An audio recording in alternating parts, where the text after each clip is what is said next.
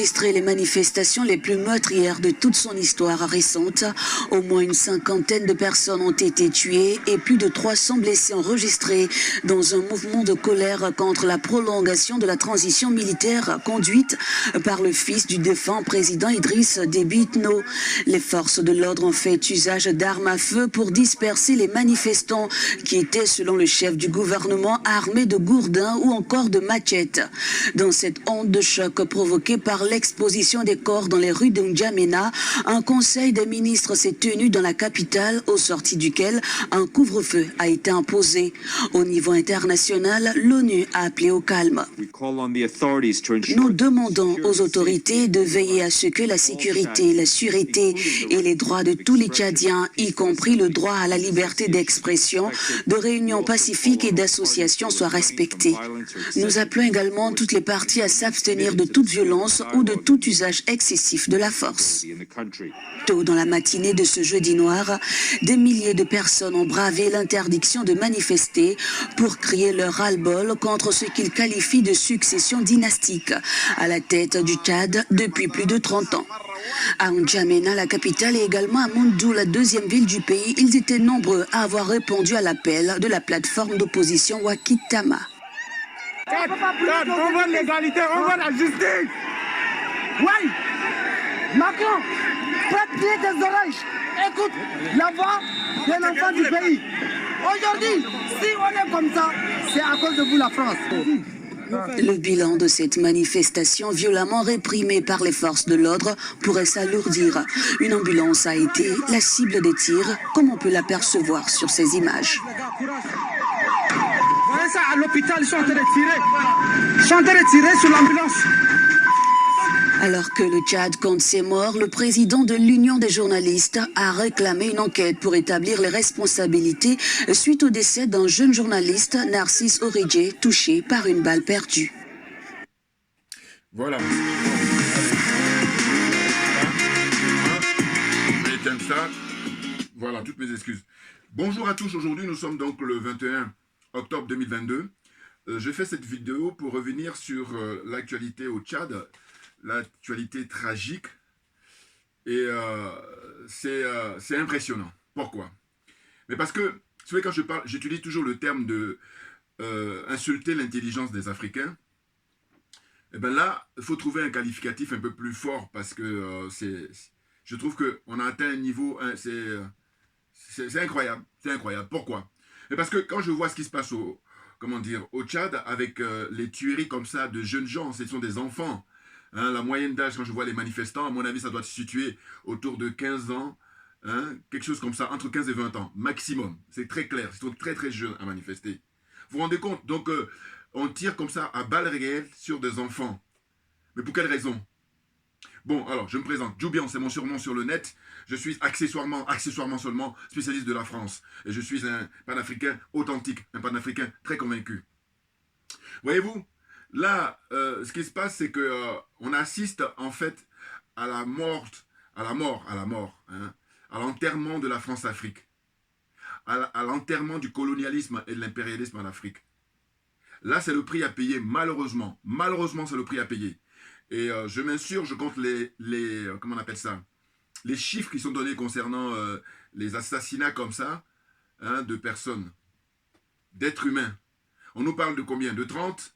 De 50, et on nous parle aussi de 150 personnes. Alors, qui dit vrai? Alors, moi, je vais plus me rapprocher de ceux qui disent qu'il y en a 150 qui sont morts et plus de 300 blessés. C'est impressionnant. Maintenant, ce que je tiens à dire, toujours pour donner mon point de vue en tant que citoyen libre.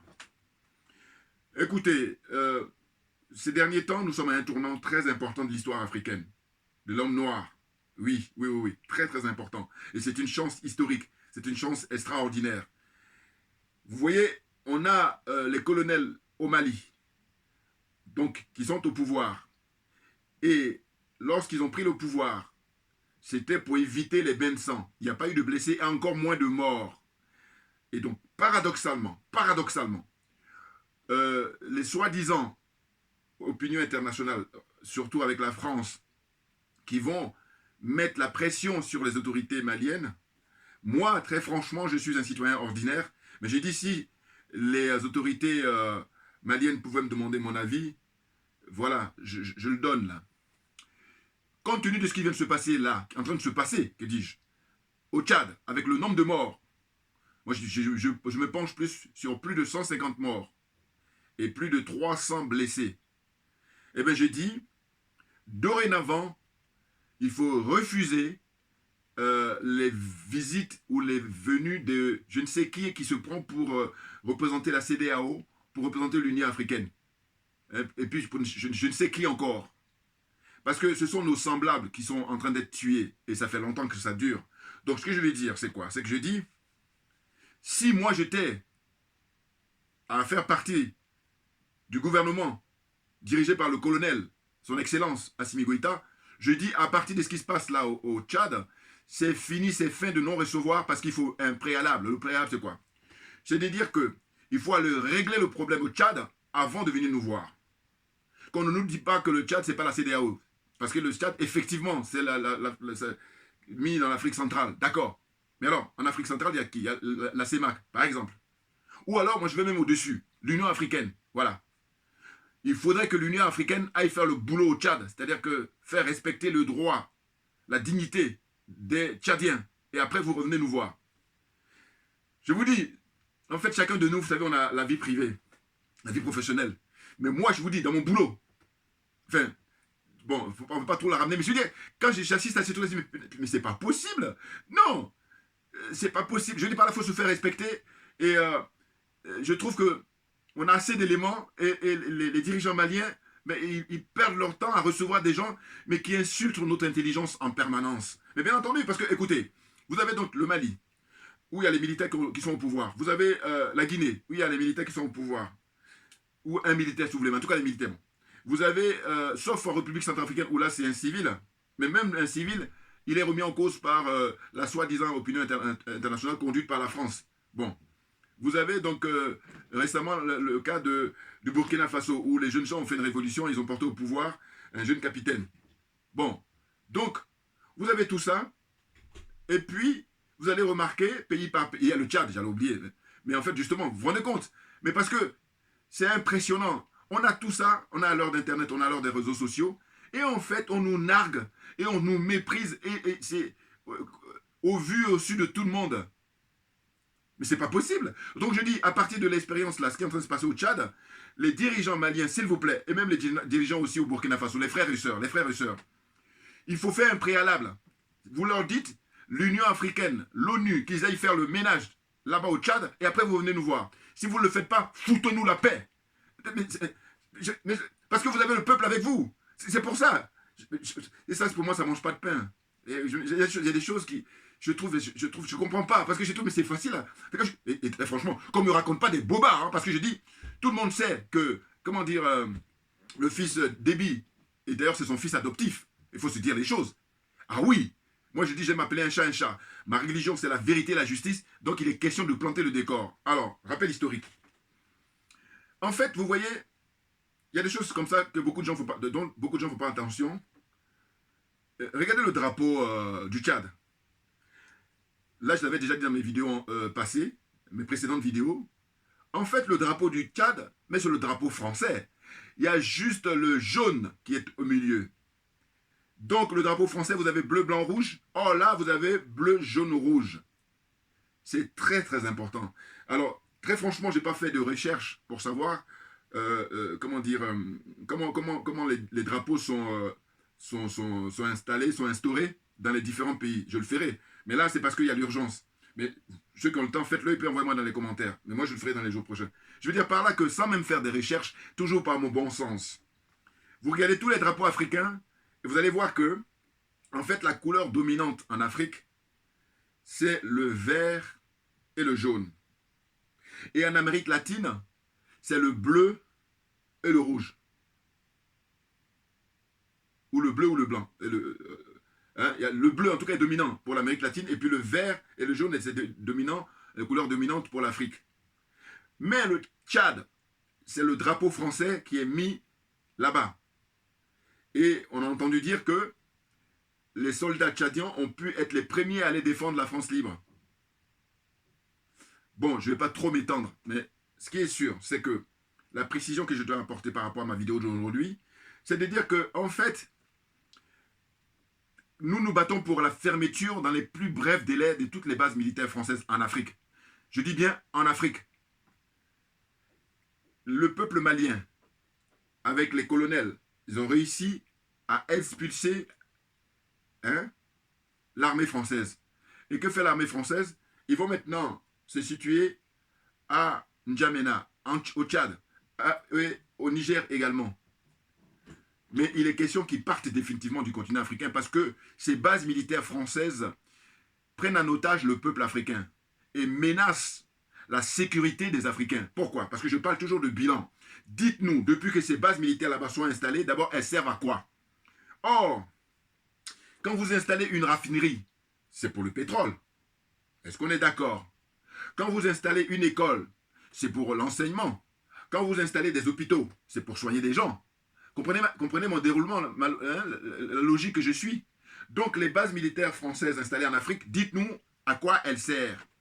Et quand on fait le bilan, donc depuis leur installation, on va dire depuis 1960 jusqu'à aujourd'hui, pays par pays, surtout les pays où ils sont installés, notamment en Côte d'Ivoire, au Gabon, en Afrique centrale, République centrafricaine, au Sénégal, au Burkina Faso, au Niger, au Tchad, tous ces pays-là où il y a les bases militaires françaises, donnez-nous les chiffres, le nombre de morts.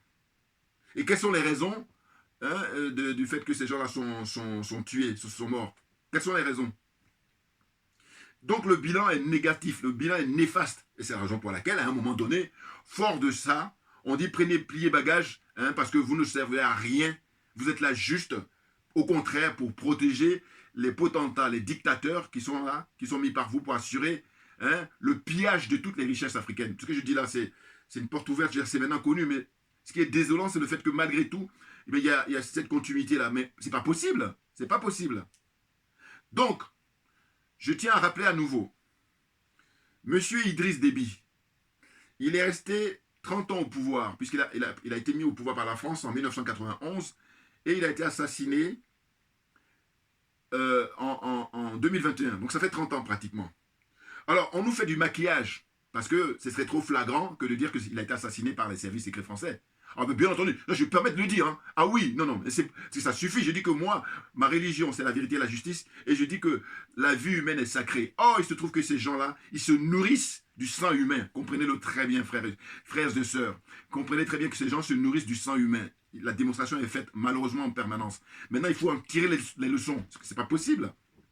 Pourquoi la vie de l'Africain, pourquoi la vie de l'homme noir ne compte pas? Pourquoi? C'est impressionnant. Et donc, j'en appelle toujours pareil à des frères qui ont beaucoup plus de pouvoir que moi. Pouvoir économique, pouvoir politique, pouvoir médiatique. Qu'est-ce que vous faites? Non-assistance à peuple en danger. Non-assistance à personne en danger. C'est pas croyable. Donc, Idriss Déby, je fais un rappel pour ceux qui ne savent pas. Il a été coopté par la France, comme ils ont pour habitude. Il a été ici formé dans une école de guerre, une école militaire, une école d'aviation. Oui, parce que lui, c'est un pilote. Et puis, quand ils ont fini sa formation, c'est dans le nord de la France, ça s'était passé. Hein, ils l'ont mis en place. Et pendant des décennies, il a servi la France à faire le sale boulot. C'est ça dont il s'agit. Et c'est la raison pour laquelle, quand à la fin au bout de 20 ans, 25 ans de pouvoir, il a fait savoir à la France qu'il en avait ras-le-bol, qu'il était fatigué, qu'il voulait quitter le pouvoir.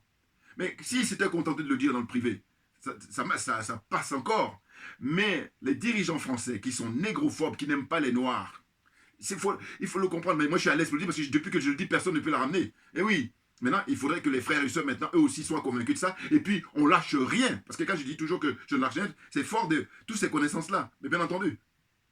Donc, Idriss Déby, il commençait à fanfaronner. Il tenait des conférences de presse où il expliquait à qui veut l'entendre que la France le force à rester au pouvoir. Tout est sur Internet, vous pouvez regarder. Donc il dit quoi par exemple? Il dit qu'ils ont modifié sa constitution une année simplement pour qu'il s'y tienne au pouvoir. Mais parce que c'est lui qui est l'homme à se faire le sale boulot pour eux, ils l'ont mis pour ça. Et donc du coup, quand il veut se retourner, ils ne veulent rien savoir. Donc j'ai dit qu'il a signé son arrêt de mort là déjà.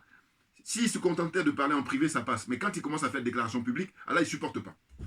Et il a enfoncé le clou quand il a refusé d'intervenir, par exemple, en République centrafricaine ou dans certaines régions, notamment au Mali. Il a dit ouvertement qu'il ne voulait plus intervenir. Alors que pendant des décennies, justement, il a fait ça. Vous comprenez? Bon. Donc, moi, je ne cherche pas à tourner, tourner en rond ou bien droit au but. Parce que c'est grave. Hein. Il y a mes semblables qui meurent là-bas, qu'on assassine artificiellement, et ce sont des enfants, figurez-vous. Donc ces gens-là qui nous parlent en longueur de journée de droits de l'homme, des conneries pour amuser la galerie, et ceux qui n'ont pas compris, je dis, fermez-la et puis écoutez ceux qui ont compris, les savants, les sachants bien entendu. Et là, les vrais, pas les corrompus, parce que regardez la difficulté que nous avons, c'est ça notre problème. On est dans la zone des aliénés, le Tchad, y compris. Il est où le Tchad? Voilà. Voilà le Tchad. Vous voyez? Là, bon, je ne sais pas si vous voyez bien. Bon, au niveau de mon t-shirt, hein, vous connaissez le drapeau du Tchad? Comme je dis, c'est le drapeau français, voilà, il est là. Vous voyez? Bon. Donc là, le Tchad est là. Bon. Eh bien, c'est incroyable que Idriss Déby, il se réveille. Alors d'aucuns diront, il vaut mieux tard que jamais. Non. Moi, ce que je ne supporte pas, et je le dis souvent, alors que je les félicite, parce que je dis ce sont des professionnels, les journalistes, tous les techniciens, tous ceux qui font Afrique Média, à commencer par son PDG, voilà. Je trouve que c'est des professionnels. En revanche, où je ne suis pas d'accord avec eux et que je ne serai jamais d'accord, c'est de considérer Idriss Déby et Paul Biya comme étant des panafricains. Jamais. Comprenez? Et je sais qu'ils suivent mes vidéos parce que j'ai vu qu'ils ont invité François Asselineau. Je vais terminer ma vidéo par rapport à ça, vous allez voir. Eh oui. Non. Parce que je dis, c'est faire injure aux vrais panafricains, aux authentiques, les pères.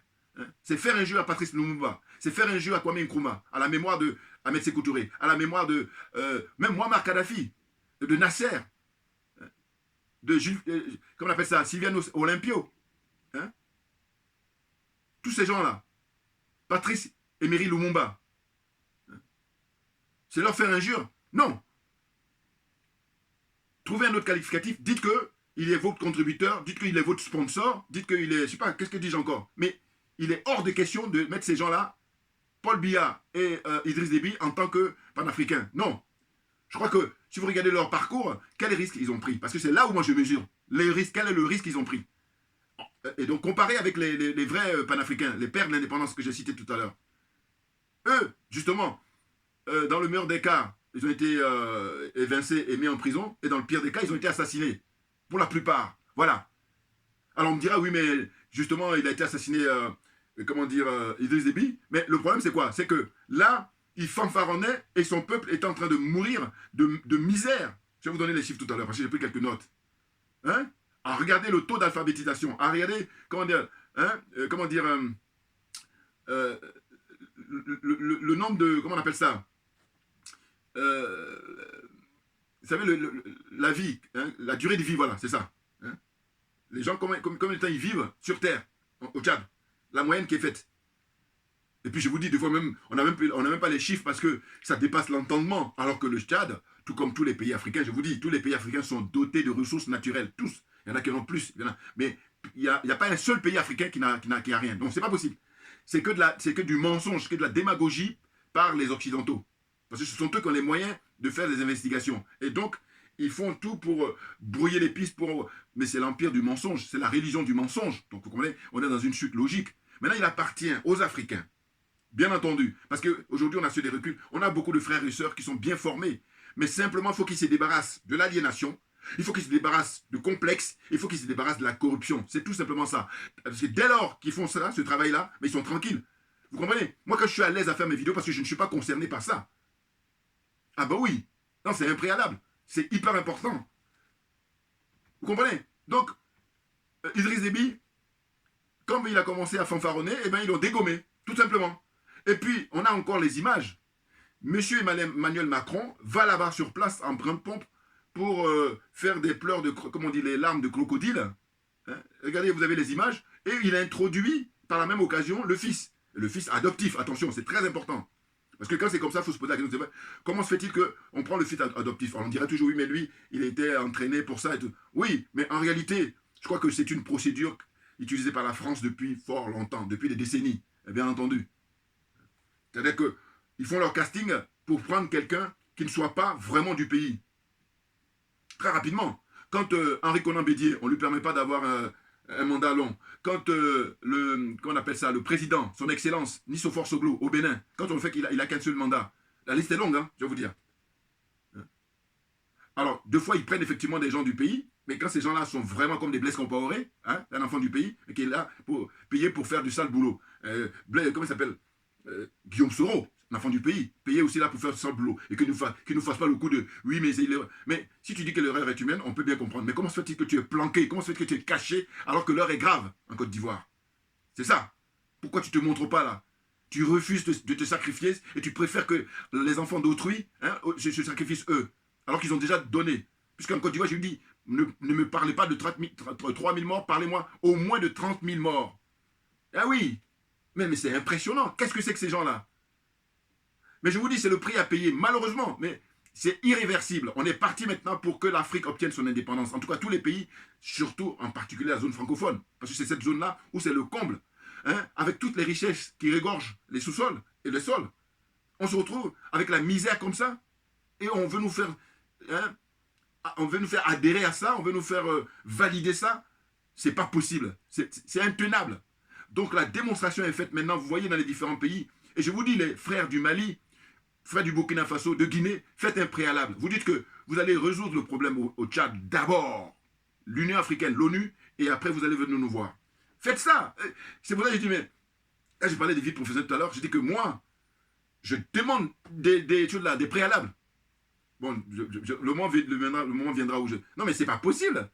Parce que ça, c'est à notre portée. Simplement, il faut être libre dans l'esprit. Ah oui, il ne faut pas t'embarrasser dans les trucs de corruption, de complexe. Voilà, c'est très important. Une fois que tu as fini avec ça, tu n'as même pas affaire à ça, mais tu es tranquille. Puis les gens te redoutent. Simplement, la jalousie, la sorcellerie fait que... Et là, il faut s'éloigner de ces gens-là. Il faut s'éloigner. Il faut prendre sa distance très vite. Ah oui, non, parce qu'ils sont trop légers. Et puis, ils veulent que... Ce que j'appelle la formule, nivellement par le bas. Mais moi, ça ne m'intéresse pas. Je n'ai pas le temps. N'importe quoi. Regardez, je dis, le pire, c'est quand on vit en Occident, quand on vit dans des pays comme ça, où il y a l'expérience démocratique. Et comment se fait-il que ça ne peut pas bénéficier aux Africains? Comment ça se fait? Et ça ne vous interpelle pas, les frères et sœurs qui habitent aux États-Unis, qui habitent en Allemagne, qui habitent en Suisse, qui habitent en Norvège, qui habitent, que dis-je encore, en Italie, qui habitent en Belgique, en France. Ça ne vous interpelle pas, qui habitent aux États-Unis, au Canada. En train de, comme ça, faire comme si c'était normal. Pourquoi la vie des Africains, pourquoi ça ne compte pas aujourd'hui au XXIe siècle? Vous estimez qu'on n'a pas payé assez comme ça? Franchement. Donc pour moi, Idriss Déby a été dégommé parce qu'il commençait à l'ouvrir, alors que c'est une mafia, tout simplement. Ah, mais bien entendu, il a signé un pacte. Voilà, ces gens-là qui adhèrent à la désobéissance. Hein? Rotary Club. Voilà, tout ça, ça fait partie. Hein? Il y en a plein, hein, je vous dis, bon, je ferai une vidéo où je vais énumérer tout, parce que à chaque fois je parle de, comment on appelle ça, la franc-maçonnerie, mais ça c'est, je vous dis, le plus connu. Mais il y en a plein d'autres, bien entendu. Hein? C'est incroyable. Et maintenant, ce qu'il faut pour l'Afrique nouvelle, maintenant ce qu'il faut pour l'Afrique des panafricains, il faut se débarrasser radicalement de toutes ces obédiences parce qu'ils ont fait leur temps au XXIe siècle, on a vu leurs limites. Et les dégâts, regardez comme ça, surtout pour le sacrifice humain. Qu'est-ce que ça veut dire? Qu'est-ce qui peut expliquer que toi, tu vas être tranquille dans ta limousine, tu vas être tranquille dans ton palais, tu vas être tranquille sur ton terrain de golf, tu vas être tranquille dans ta piscine, et puis il y a, comment on appelle son semblable, ou, comment on appelle ça, un autre citoyen qui lui, doit être tué artificiellement. Pour quelle raison? Rien ne doit justifier, en fait, de supprimer la vie humaine. Rien. Parce que c'est la nature qui nous a mis. Alors, il faudrait que la nature nous reprenne. C'est tout. Et pas autre chose. Alors qu'on assiste à quoi? On assiste à des gens qui, je vous dis, ils ont l'apparence d'êtres humains, mais ce ne sont pas des êtres humains. La formule est connue. Tout ce qui brille n'est pas de l'or. Ça va faciliter la compréhension quand je dis ça. Voilà. Parce qu'en apparence, les gens... Alors que ça ne suffit pas. Il faut démontrer qu'on est un être humain. On ne peut pas laisser faire des choses comme ça. Hein. On tue les gens comme ça. Des enfants, quand on voit manifester. Et ils disent quoi? Ils disent simplement que Mahamat Déby, là, le fils adopté de Idriss Déby, bon, il a été donc introduit par la France hein, en avril 2021, juste à l'assassinat de son père. Et il avait 18 mois à faire de transition. Et au terme de ces 18 mois, il doit rendre le pouvoir aux civils. Et je tiens à rappeler que rien n'a été respecté par rapport à la constitution du Tchad. Parce que normalement, à l'assassinat de Idriss Déby, c'était le président de l'Assemblée nationale du Tchad qui devait prendre le pouvoir pour assurer l'intérim. Or, ils sont tous dans la combine. Eux tous. Ah oui, c'est ça le problème de l'Afrique. Tous dans la combine, c'est tous corrompus. Parce que comme par hasard, l'autre, qui est le président de l'Assemblée nationale, il avait un argument de dire qu'il n'était pas en bonne santé. Mais écoutez, il y a quand même un suppléant. Enfin, je veux dire, qu'est-ce que c'est? Non, là, comme je dis, on insulte notre intelligence. Ils sont complices et ils sont pires même que ceux qui donnent l'ordre. Parce qu'en fait, à un moment donné, il faut arrêter, il faut se dire les choses. Les cartes sur table. Vous comprenez?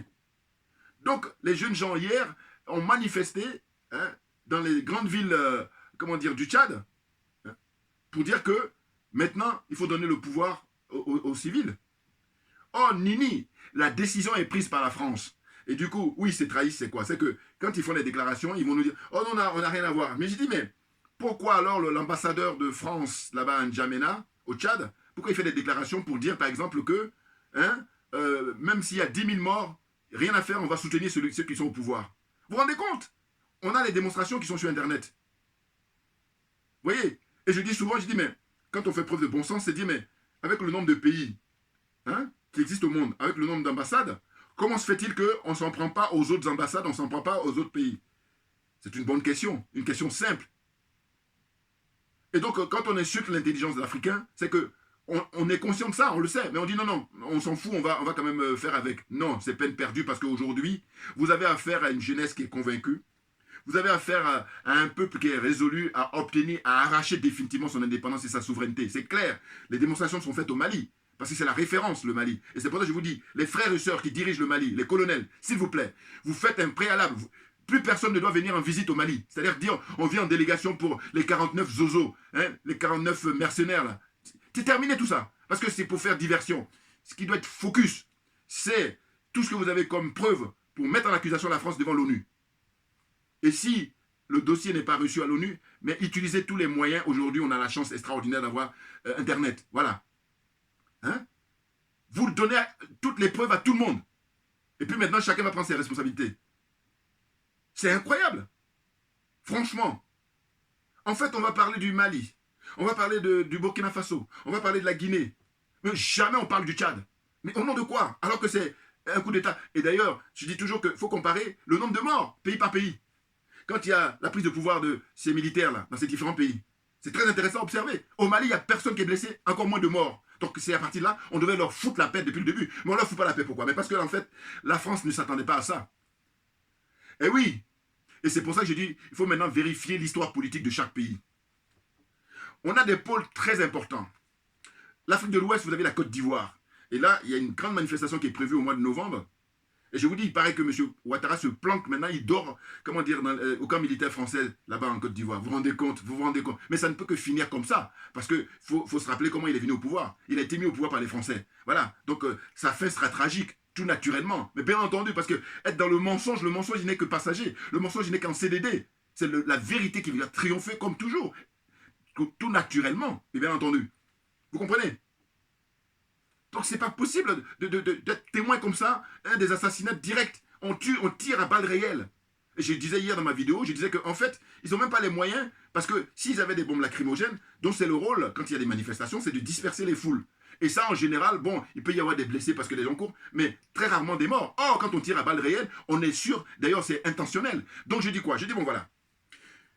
L'expérience de la Guinée avec Dadis Camara, le pauvre, parce qu'il n'était pas armé, j'entends, au point de vue psychologique et intellectuellement, mais il avait une bonne volonté. Mais qu'est-ce qui se passe? Je vois qu'il est convoqué, voilà, il est actuellement là, devant la justice en Guinée. Mais quand je vois ça, comme je suis animé par la justice, je dis, mais écoutez, il faut qu'on l'applique à tout le monde. Et ce que j'observe, c'est que je dis, mais jamais la France a été mise en accusation, alors que Dieu seul sait que c'est elle qui est la responsable. Mais bien entendu, parce que je dis, pourquoi on n'accuse pas les Japonais? Pourquoi on n'accuse pas les Néo-Zélandais? Pourquoi on n'accuse pas l'Allemagne même? Bon, pourquoi il y a plein de pays, pourquoi c'est la France? Mais parce que c'est elle qui est la protagoniste. C'est elle qui fait les manipulations de tout le monde dans ces pays-là. Et puis, quand on veut aller à la vérité, elle fait diversion. Mais ça ne va plus durer, parce que je vous dis, là, avec ce qui est en train de se passer au Tchad, eh c'est vraiment la chronique de la fin de la France-Afrique, très clairement. Parce qu'on est avisé, on est au courant. C'est plus possible. Voilà. Et du coup, je dis, voilà. tous les lécodermes, tous les blancs français, ou même pas blancs, qui sont français, si vous voulez aider la cause africaine, la cause panafricaine, il va falloir vous débarrasser radicalement de la classe politique française. C'est très important, je vais vous dire pourquoi. Parce que la plupart des gens, souvent ils disent Macron, Macron. Mais non, moi je vais à l'essentiel. Parce que j'ai compris. Je dis, il faut vous débarrasser de la classe politique. C'est-à-dire les députés, les ministres, les sénateurs, les maires, conseillers municipaux, conseillers régionaux. Tout, il faut vous débarrasser d'eux. Mais bien entendu. Non, parce que ils sont tous dans la combine. Ils sont tous dans la combine. Parce que quand vous parlez de Macron simplement, là vous êtes à utiliser une partie du problème. Alors que non, il faut prendre le problème dans sa globalité. Ah oui, parce qu'ils sont tous à profiter de ce système-là. Donc c'est la raison pour laquelle il faut les mettre tous en accusation. Donc je dis, il faut vous débarrasser radicalement en fait de la classe politique. Hein, et puis après, c'est un préalable avant de venir discuter avec nous. Sinon, on n'a pas le temps. C'est pas possible.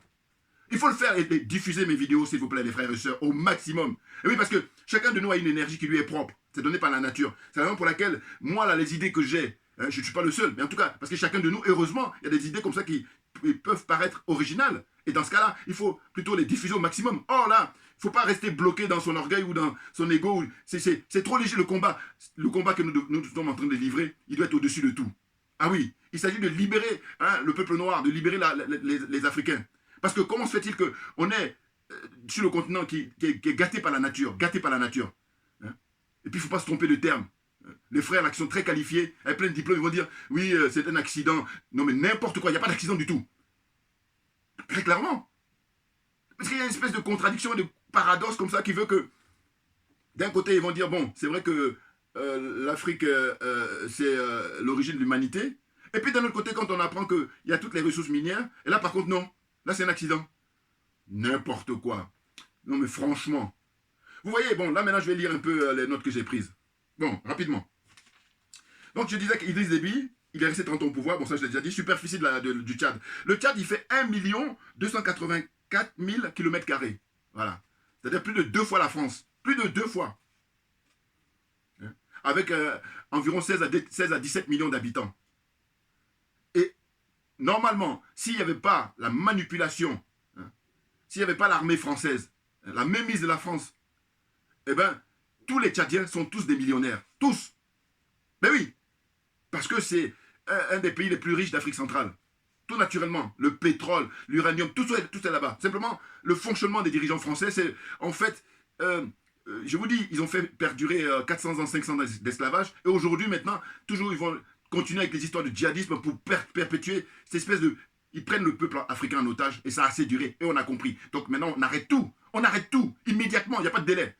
Franchement, les vendus là qui se mettent de l'autre côté. J'ai lu là, comment elle s'appelle, Galice Belaya. Elle a écrit là. Et puis ça a été publié par le journal Marianne. Elle a fait un post là où elle écrit contre les France-Africains. Voilà. Là, c'est toujours pareil. On veut avoir un pied avec la France et puis un pied... J'ai déjà fait des vidéos précédentes sur elle.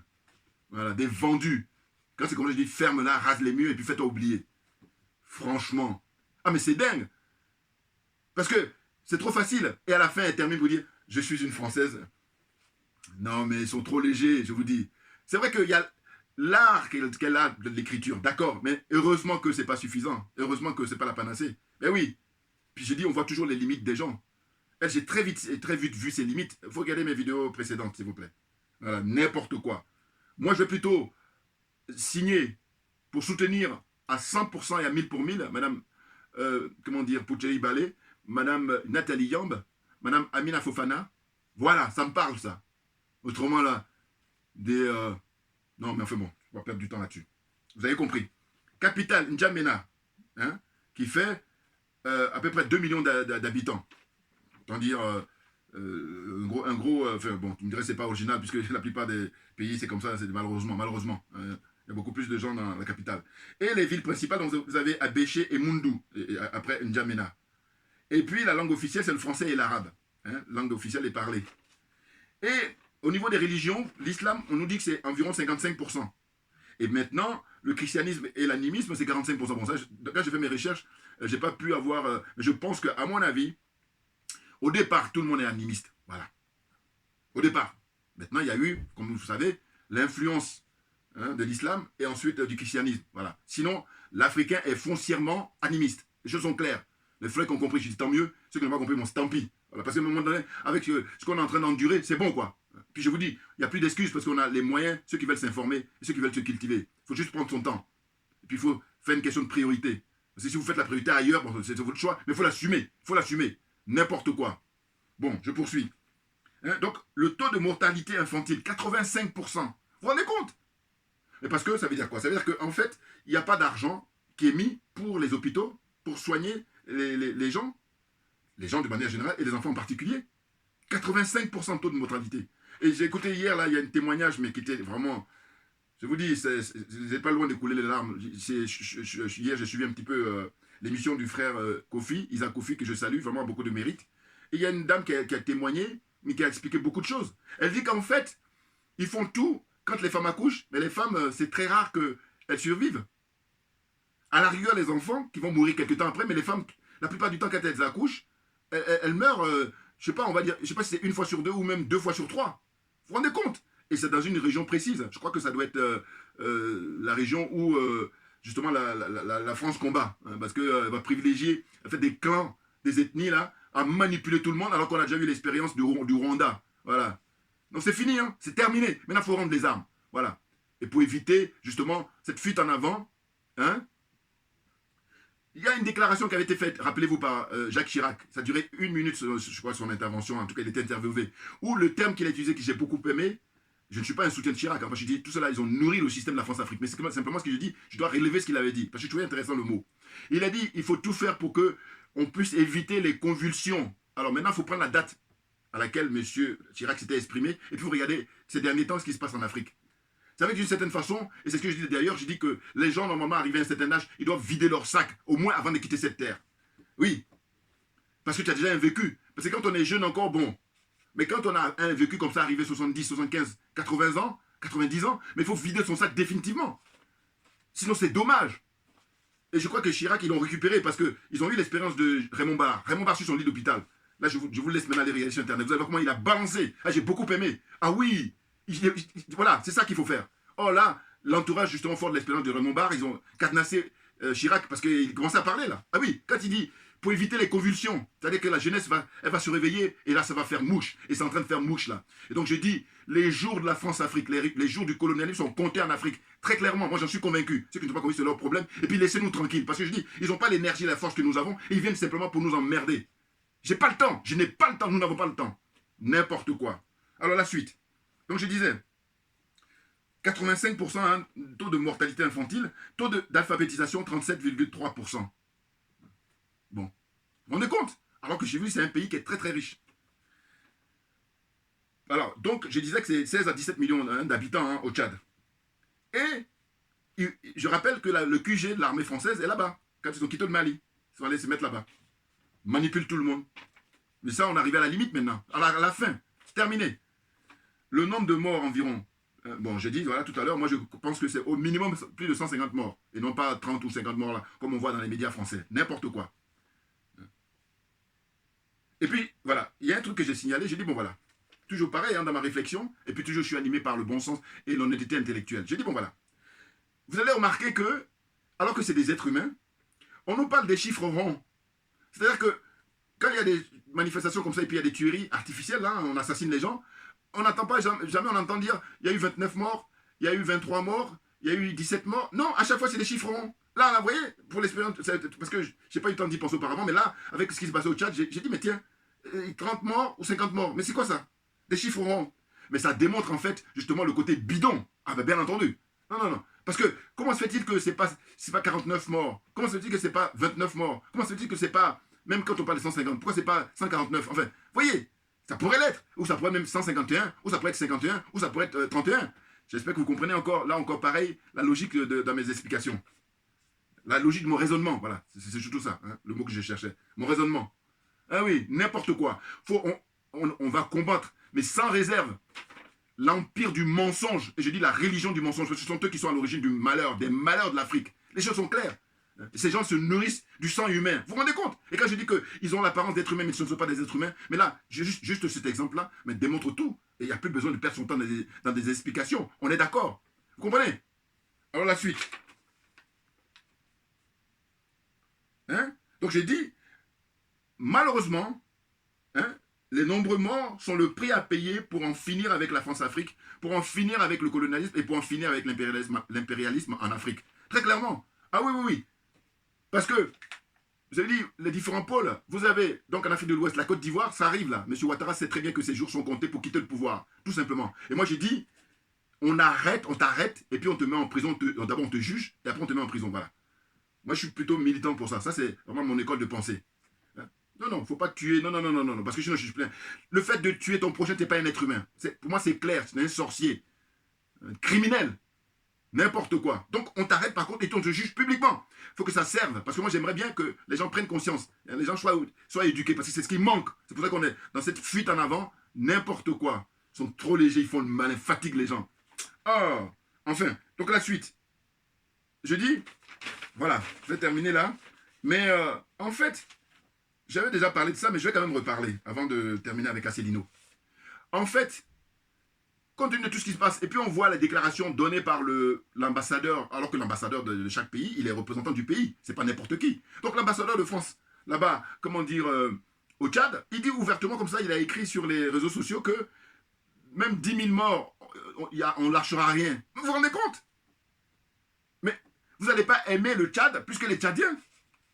Je vous dis, la déclaration des dirigeants maliens, c'est vraiment, c'est un grand plaisir. Il faut le rappeler sans cesse. Parce qu'ils sont tellement dans la vérité. Ils disent qu'on ne peut pas dire qu'on aime le Mali que les Maliens. Donc on ne peut pas dire qu'on aime le Tchad que les Tchadiens. C'est incroyable. Donc là, je vais reprendre en fait les propos de l'ambassadrice ou la diplomate russe aux Nations Unies. Elle s'était exprimée quand justement le ministre des Affaires étrangères, avec la voix très virile, Abdoulaye Diop, s'était exprimé. Elle a pris la parole et qu'est-ce qu'elle dit? Je reprends encore parce que j'avais déjà dit dans la vidéo précédente, mais je trouvais ça tellement intéressant. Elle dit que la Russie, les approches de la Russie ne sont pas paternalistes. Hein? Et elle dit que c'est insupportable le 2 poids 2 mesures de la part des anciennes grandes métropoles. Là, sous-entendu la France et les États-Unis. Hein? Moi, j'ai dit les adeptes de l'OTAN. Elle dit que les approches de ces gens-là sont paternalistes et il y en a ras-le-bol de voir ces 2 poids 2 mesures. Et c'est tellement flagrant. Regardez, je vous dis, quand il y a le traitement qui est réservé au Tchad et puis les autres, on n'arrête pas de les emmerder. Et le Tchad, on met ça au chaud, on laisse ça tranquille. N'importe quoi. Ah, je vous dis. Alors, ensuite, elle dit, ces derniers, en parlant de la France, les États-Unis et les adeptes de l'OTAN, ils envoyaient sur le continent africain des mercenaires pour renverser les gouvernements qui n'étaient pas à leur convenance et avoir les contrôles des ressources naturelles de ces pays. Vous voyez? Et elle poursuit, elle dit, contrairement à certains États occidentaux, nous, les Russes, ne tentons pas de nous ingérer aux affaires intérieures du Mali. Nous n'établissons pas de préconditions à notre assistance qui pourrait mettre en péril la souveraineté de l'État. Voilà. Dixit, Elle n'a pas terminé, elle a ajouté, excusez-moi, Nous appelons les pays occidentaux à cesser d'abuser du Conseil de sécurité. Voilà, parce que point oui, point non, et ils vont déposer des trucs pour avoir des résolutions, et puis avoir des attaques barbares, inhumaines, des gens qui n'ont rien demandé, qui n'ont rien fait, des innocents. Et elle termine en disant, elle demande à respecter le choix des Maliens, donc les choix des Africains, et à contribuer au règlement de la situation dans le pays. Voilà, ça c'est un conseil qui est donné par la diplomate russe aux Nations Unies. Je tenais à le dire, à le rappeler à nouveau, parce que c'est très très fort ce qu'elle a tenu comme discours là-bas, son intervention. C'est très brillant. Maintenant, je termine sur Asselineau. Pourquoi? Excusez-moi. Mais parce que, vous savez, c'est une espèce de drôle de coïncidence. En fait, les frères et sœurs d'Afrique Média, d'abord, je les félicite, parce que franchement, ils sont très très bons.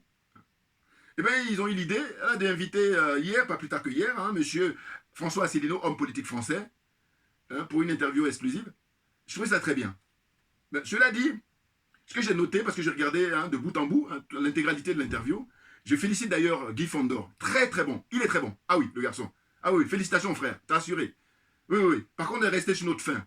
Pourquoi? Et parce que M. Asselineau, finalement, quand je le défends constamment, c'est pour ça que hier, quand j'ai vu, je m'étais félicité. En réalité, je suis un des rares Africains. Vous pouvez vérifier sur Internet. Voilà. C'est pour ça que je dis on met les cartes sur table parce que moi, je suis un militant de la transparence. Et non pas des escrocs là, qui viennent là, qui sont des opportunistes. Non, non, non, non, non. faut donner à César ce qui lui appartient, il faut donner à un tel ce qui appartient. Il faut donner à Madame Nyam ce qui appartient à Madame Nyam, il faut donner à Kémy Séba ce qui appartient à Kémy Séba, il faut donner à Djoubian ce qui appartient à Djoubian, il faut donner à Amina Fofana ce qui appartient à Amina Fofana, il faut donner à Madame Poulcherik Balé ce qui lui appartient. Voilà, les choses sont claires pour moi. Et non pas des escrocs, des opportunistes, hein. N'importe quoi. Donc, je notais quoi? Je notais que M. Asselineau, au départ, il était très content quand on l'a invité. Il l'a dit, hein, il a dit qu'il était très content et tout, il était flatté, il était heureux de participer à cette interview. Donc, Guy Fondor, le frère, journaliste très pointu, il lui a posé d'abord, il a demandé de se présenter. Il s'est présenté, voilà. Un monsieur très cultivé, hein, très brillant. Mais je vous dis, quand je le défends souvent, je le défends dans le dossier, la politique franco-française. Voilà. C'est-à-dire, quand on est en France, lui, pour moi, il est qualifié. Mais une fois qu'on parle des questions africaines, non, là, c'est voilà, la limite, voilà, on atteint la limite. Et là, malheureusement, j'ai dit malheureusement parce que ça aurait été tellement bien que hier, eh bien, il puisse sortir de ça. Mais non, il ne peut pas, parce qu'ils sont tous tenus, plus ou moins. Voilà. Mais lui, à partir du moment où il est ostracisé, vous comprenez très bien qu'il est différent des autres, c'est clair. Parce que les autres, ils sont tous beaucoup plus tenus que lui. Et puis ils acceptent la combine. Or que lui il refuse la combine, c'est pour ça. Parce que s'il acceptait la combine, figurez-vous que dans son cursus, mais il a conseillé pas mal de personnalités de ce pays. Pas des moindres. François Mitterrand, Jacques Chirac. Vous voyez? Donc ce sont des personnalités qui ont marqué l'histoire de France. En tout cas l'histoire contemporaine. Voilà. Donc M. Asselineau, quand il était invité hier, moi je m'étais flatté. Je dis, mais c'est très bien, très bien. Et je dis même que, je leur envoie un commentaire, je dis voilà, vous allez aller plus loin. Ce que vous allez faire, l'exercice que vous avez eu avec M. Asselineau, ne vous arrêtez pas là. Vous allez maintenant inviter tous les chefs de parti, voilà. Parce que vous n'avez pas invité n'importe qui, mais les chefs de parti, voilà. Les chefs de parti, hein, les différents partis importants, hein, parce que voilà, il ne s'agit pas d'aller inviter le représentant des chasseurs, non. Prenez Parti Socialiste, alors je ne vais pas me fatiguer avec les parce qu'ils ont changé de nom là, la NUP, n'importe quoi. Là aussi, je vous dis, ça participe, moi, comme je me définis comme étant accessoirement spécialiste de la France, vous comprenez bien que j'en sais beaucoup, voilà. C'est pour manipuler les gens, puis c'est pas sérieux, puis ils sont interchangeables parce que l'oligarchie tient tout le monde, les tient tous. Ça peut être sur le plan sexuel, ça peut être sur le plan financier. Voilà, ça tourne autour. Il y a 3 trucs comme ça où ils tiennent ces gens-là. Voilà. Et donc, ceux qui sont les plus courageux et qui veulent résister, on leur pourrit la vie. Voilà, M. Asselineau, d'ailleurs, il en sait quelque chose. Eh oui, n'importe quoi. Donc, voilà. Donc, je dis, voilà, ce que vous allez faire, les exercices que vous avez eu avec M. Asselineau, qui est le premier à inaugurer, eh bien, vous allez lancer l'invitation pour tous les autres. Hein, Marine Le Pen, Jean-Luc Mélenchon, qui encore, tous les chefs de parti, là, qui sont connus, là. Voilà, vous les invitez. Et vous allez voir. Il va se trouver que il va y avoir une espèce d'excuse pour ne pas venir. Voilà. Maintenant, ceux qui vont venir, eh ben, vous allez encore corser Guy Fondor. Vous allez corser, et la rédaction d'Afrique Média, corser les questions par rapport à ce que vous avez pu faire avec M. Asselineau. Pourquoi? Mais parce que lui, il était le premier. Et quand on est le premier, bon, il y a cette expérience-là, mais j'ai dit, les autres, ils ont vu ce qui s'est passé. Donc, c'est pour ça qu'il faut corser encore. Oui, parce que sinon, si vous faites la même démarche, c'est facile pour eux, parce qu'ils ont vu. Alors que M. Asselineau, il n'a pas pu voir, puisqu'il est le premier à inaugurer ça. Voilà. Donc, c'est très important ce que je suis en train de dire. Et j'espère que mon raisonnement est compris. J'espère. Ah oui, il faut le faire. Alors, s'ils viennent, c'est tant mieux. Mais s'ils ne viennent pas, c'est tant pis. Et on n'a pas le temps. Mais tout ça parce qu'on se veut être humain et on veut échanger pour voir un peu, au XXIe siècle, cette génération-là qui sont beaucoup plus jeunes, qu'est-ce qu'ils disent exactement? Bon, M. Mélenchon, c'est un vieux de la vieille, donc il n'est pas jeune. Mais quand je dis jeune, j'entends Marine Le Pen, par exemple, encore qu'elle aussi, elle va rentrer dans le garage parce qu'il y a sa nièce là qui va prendre la relève. Ou même M. Comment s'appelle le président de son parti là. Et je vous dis, j'ai discuté il y a 1 an et demi avec un collègue où je lui ai dit, tu vas voir, après l'élection présidentielle, Mme Marine Le Pen, elle sera remplacée. J'ai dit ça à un collègue. Il ne me croyait pas. Moi, je suis tranquille, hein, parce que j'ai compris tellement que, voilà. Alors, je ne dis pas que je sais tout, mais je dis simplement que, en tant qu'être humain, voilà, on regarde, on observe, on analyse, et puis après, on tire les leçons. Voilà. Et donc, c'est fort de mon expérience et puis des observations. Je dis non, Bardella, je crois qu'il s'appelle là. Mais moi, je l'ai dit 1 an et demi avant. J'ai dit, voilà, là, elle joue cette dernière cartouche là pour l'élection qui arrive. Et après, vous allez voir, ils vont l'évincer et ils vont mettre quelqu'un. Là, c'est Bardella. Voilà. Bon, enfin, bref. C'est drôle, en fait, de voir comme ça ce qu'on pense, et puis finalement, c'est en train de se réaliser. Donc, la suite, c'est quoi? La suite, c'est que M. Asselineau, justement, lors de cette émission, bon, comme d'habitude, c'est quelqu'un, je vous dis, qui est cultivé et qui est pédagogue, voilà. Et je dis que nous sommes restés sur notre faim, du moins, je parle pour moi. Moi, je suis resté sur ma faim, très clairement. Et surtout, voilà, j'ai félicité Guy Fondor, le journaliste qui l'a interviewé, il a vraiment assuré le frère. Parce que les points qui ont été abordés, il est à l'aise dès lors qu'il s'agit de parler de la France, d'accord? Il est à l'aise dès lors qu'il s'agit de parler de la géopolitique internationale, notamment les rapports entre l'OTAN et la France, les rapports entre la Russie et l'OTAN, la Russie et les États-Unis. Là, il est à l'aise. Mais là où ça coince, et là je dis, c'est là que j'appelle les limites, c'est quand on arrive sur la question africaine, c'est-à-dire les relations entre la France et l'Afrique. Oui, les pays africains. C'est-à-dire que quand on parle des points, par exemple, sur les bases militaires, il est évasif. Et là, à partir de là, je dis non, monsieur, c'est les limites. Non, non. Là, il n'est plus question de s'évader. Il est question de dire on ferme les bases militaires parce qu'elles n'ont aucune raison d'y être, puisqu'on a vu les limites. Elles sont là-bas, il n'y a rien qui s'arrange. Au contraire, ça s'empire. Donc voilà, on ferme. Hein. Le discours qui doit être maintenant le plus clair, c'est fermer. Il n'y a pas de délai, non. Parce que vous voyez, le Mali a fait la démonstration. Hein. Allez. Je dis souvent, mais si ça dépendait que de moi, c'est d'abord les bases militaires et le franc CFA, il va suivre tout naturellement. Les frères maliens, ils sont en train de faire l'illustration. Et moi, vous regardez mes vidéos précédentes, je le disais parce que je fais des vidéos depuis 2017. Donc vous comprenez. Il y a juste à aller prendre le temps de regarder les archives, vous allez voir. C'est ce que je disais depuis fort longtemps. Ensuite, la question qui porte sur le franc CFA, pareil, là aussi. Et ce que je tenais à préciser, c'est quoi? C'est que j'ai dit, mais monsieur Asselineau, attention, lui, sa formation, sa profession, il est, avant même de faire de la politique, il est inspecteur général des impôts. Donc, s'il y a un sujet qu'il connaît, mais de plus près, mais c'est la question du franc CFA. Ah oui, parce que question défense encore, bon, comme il est cultivé, donc il a fait quelque chose. Mais par contre, compte tenu du fait qu'il est inspecteur général des impôts, donc il a travaillé au ministère des Finances et donc au Trésor, donc il sait la question du CFA, c'est le sujet qu'il connaît le plus. Mais par contre, là, c'est dangereux pour lui. C'est pour ça qu'il a fait la langue de bois. Voilà, je tiens à le dire, là, je tiens à le dire. Bouya, on est très bon, hein, on est bon. Oui, oui. Bon, là, je salue aussi le frère Keïta, parce que on est sur la même longueur d'homme. C'est pour ça que quand je fais ça, on se comprend, on se comprend. Et dernier point, où il n'était pas à l'aise, c'est les accusations du Mali contre la France à l'ONU. Voilà. Le Mali dit qu'ils détiennent tous les dossiers. Ils vont casser les papos, comme disent les Ivoiriens. Voilà. En fait, ils vont mettre à la lumière toutes les magouilles, les mascarades de la France. Et là, comme la France maintenant préside le Conseil de sécurité, mais qu'elle donne l'occasion que le Mali puisse mettre ces points-là à l'ordre du jour, dans une réunion extraordinaire. Chiche, je l'ai dit dans ma vidéo précédente, voilà, chiche.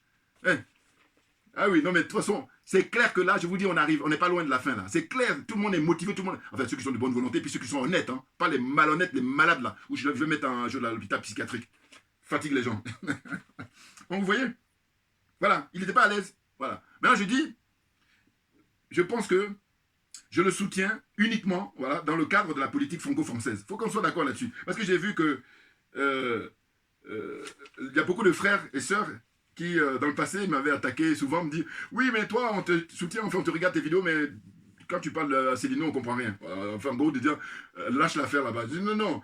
Si ça viendra, hein, je vais aller retourner au pays tout naturellement. Parce que ça, c'est vraiment, comme on dit, la charité bien ordonnée. Ou alors, il faut joindre l'acte à la parole, un peu comme a pu faire le jeune frère Kémy Seba. Bon, donc, allez, on va retourner en Afrique, mais tout naturellement. Mais là, on est en train de préparer le terrain. Comprenez-le bien. Donc, j'expliquais à chaque fois aux frères, je dis, écoutez, je vis ici. Donc, je ne peux pas faire abstraction de la vie politique dans ce pays. C'est pas possible. Si j'étais, quand je vivrai en Afrique, quand je vais retourner, là, vous pouvez m'accuser pour dire, mais tu es en Afrique, là-bas, voilà. Encore que, en tant qu'être humain, voilà, hein, il faut se nourrir des expériences des uns et des autres, voilà. Et puis, être positif, c'est-à-dire faire de manière à ce que tout le monde y trouve son compte, à vrai dire. Puisqu'on est de passage sur cette terre. C'est ça qui est la vérité, comme diraient les Ivoiriens. Hein? C'est clair. Donc c'est pour ça que je dis que quand j'ai vu que M. Asselineau était invité sur Afrique Média, je dis mais voilà, même ma compagne de lutte m'a félicité, parce que je dis mais non mais moi je dis que chacun de nous, hein, on est prédestiné, il y a, suivant notre énergie, il y a des domaines, voilà, et puis il faut encourager ton ami, encourager ton frère, voilà, et puis vice versa, réciproquement. Comme ça tout le monde est gagnant. Moi, en tout cas ma philosophie de vie c'est que tout le monde soit gagnant, et non pas un groupuscule de gens minoritaires, ultra minoritaires, qui s'approprient tout, et puis qui narguent tout le monde. Hein? C'est indécent et même le mot est faible. Voilà.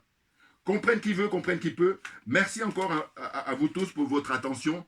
Et puis, comme j'ai pour habitude de dire, on lâche rien plus que jamais parce que c'est nous qui avons raison. Très clairement.